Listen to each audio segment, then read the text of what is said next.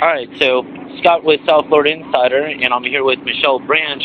And understand just came in late last night, but kind of enjoying the ride, I guess, so far before you take off to Iowa. Yeah, I got in late last night, and was really bummed because the Raconteurs were playing yesterday, and the Avett Brothers were playing yesterday, and I wanted to see both of them play very badly, but it was too late when we got in. So we're here today and kind of woke up, and there's a bunch of people playing that I want to see. Chris Isaac, Dwight Yoakam, Buddy Guy, he's playing right now. Yeah, and it's just awesome being at a festival because you get to kind of hop around and see a bunch of friends that you don't get to see that often. Is there any chance we're going to see you on stage collaborating with them? Because we know you had a duet in the past. I don't know. Dwight and I haven't seen each other in a while, so I doubt we'd do something. But if I go over and talk to Chris Isaac, I don't know. Something might happen. Who knows? So it wouldn't be one of those you're just going to just kind of surprise them on stage and jump in and tell the band on cue, switch it up? No, I would hate it if that happened to me, so I won't do it to someone else. But if, you know, Chris and I have known each other for a long time, and we sang together on his record, so if he asked me to sing harmony, I would gladly oblige. But I haven't seen him yet. Since I just got off stage, I haven't had a chance to track him down. Now, with yourself, it's been a long time since you had a studio album on a solo project. Yeah. I mean, what's it been, like 9 years or something like that? It's been 8 years. Wow. Yeah. 5 years since I was in the record, but 8 years since I've had a solo record out. It's been too long. Trying to get music out there to people. I know my fans deserve a medal because they're the most patient group of people ever. They've had now 2 records in a row that have yet to have release dates. So I'm just hoping that I can get music out to them soon and get back on tour. And I understand the upcoming album is almost released maybe a year and a half ago. Well, I had an album that was supposed to come out about a year and a half ago. And it became an EP, right? Yeah, because of just corporate downsizing. Everyone at the label kept getting let go, and my release date kept getting pushed back and pushed back and pushed back, and I finally said, you know what, I can't work on this record anymore. After a certain point, music becomes stale, and I wanted to start recording new music. So I walked away from that and started this new album, and it was supposed to come out in October, and then that got pushed back. So I'm just trying my best to get some music out. So with all this length of time going between, are we going to see tracks appear on it that may have not appeared on it, or is everything kind of complete? You know, the record is finished, but I'm always writing.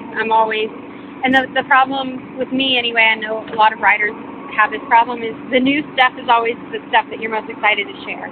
So I have a record that I started about this time last year and it's finished, but I'm still constantly writing, almost daily. So if I find something that I really love, I'll add it to the batch, and hopefully just keep getting music out there. But I would say I don't have a release date, but I'm hoping that it'll be out early next year.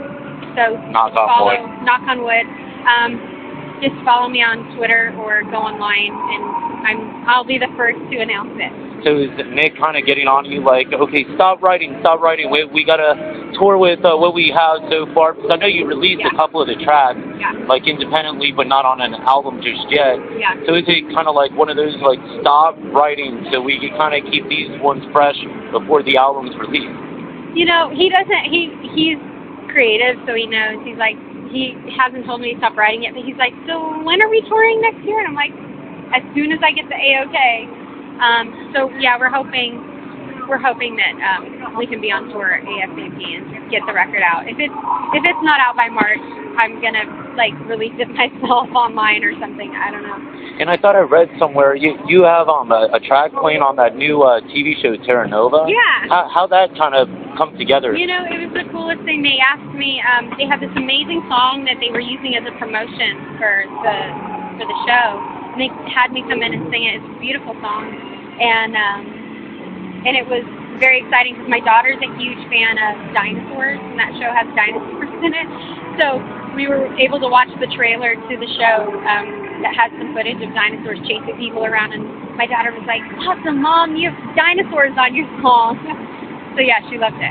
So any chance we're gonna see you in a cameo like you've done with some other stuff? You know, if they asked me, I'd be more than happy to. Just be like, have me playing the guitar. I want to get Eaten Alive. That way I can show my daughter. I'll be playing, and then a T-Rex will eat me. There you go. And just for fans, because I know you're dying to get out to Buddy Guy, what's some other stuff, I mean, coming up down the road? Maybe we'll see you back down in Florida?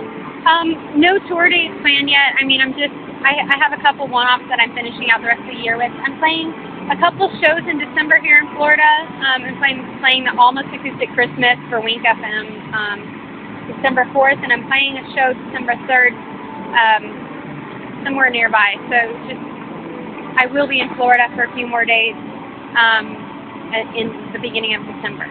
And then just projects, and then anything? just me finishing the record is the main. So you think we're gonna have a B-side album since you got so many other songs? I have like 30 songs that I'm ready to release. Wow. It's up to the label to put a date on it. So we'll see. Sounds Fingers good. I crossed. appreciate your time. Thanks.